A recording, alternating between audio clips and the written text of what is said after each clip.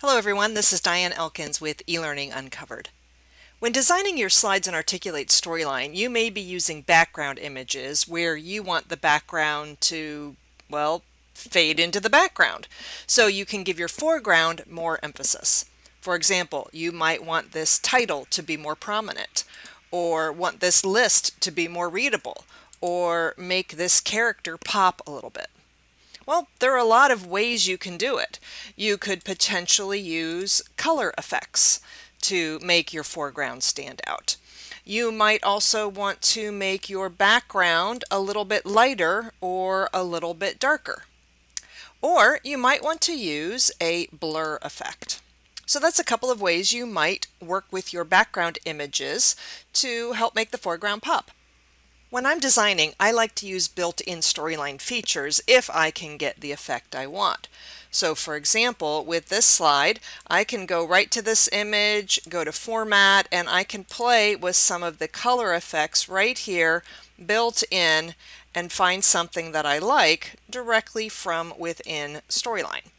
Or perhaps with this object right here, I can add a shape and put that here on my slide and then put it between my text and my background, and I can make it white with some transparency, and if I wanted to I could make that a gradient so that you see the image a little bit more. Anyway, there's a lot I can do directly within Storyline.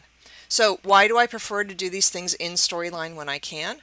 Well, because it's easier to change my mind later. I can quickly come back in later and say, hey, you know, this is too dark or this is too bright. What if we also made it a little bit darker?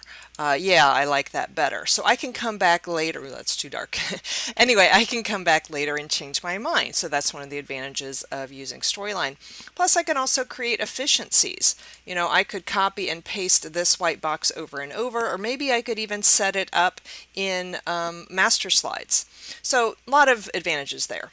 But for this blur effect, I can't create a blur directly in Storyline. I have to go to external software.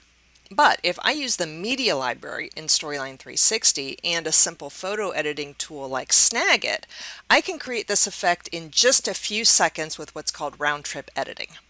So what is round-trip editing? It means you can go do something in another application without having to completely leave this one and go separately to that one.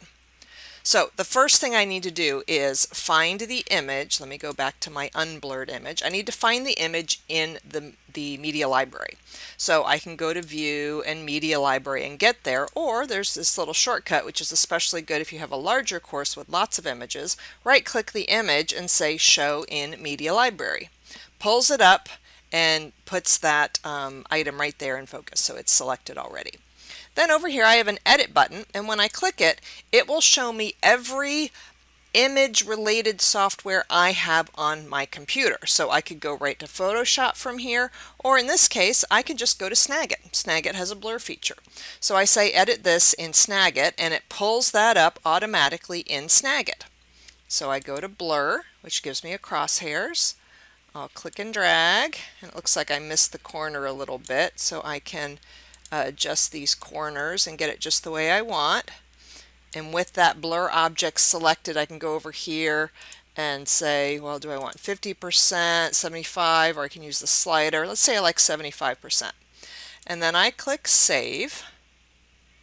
And then when I go back to Storyline and close out, there it is. It's blurred. So the beauty of round-trip editing is that you don't have to right-click, export this picture, save it as a picture. Now, go to SnagIt, open it in SnagIt, make my changes, save it in SnagIt, come back here, replace my picture. It just makes it that much easier that you can do right-click, show in Media Library, edit in SnagIt, save it. And so you save a lot of steps. It makes it just a few seconds to be able to do this. Now, a couple of notes. I do lose my cropping when I use this method, so I would have to go back now and recrop my image to match the way I want. It would still have any timing effects or any transitions or fade in or fade out, but it does lose the cropping.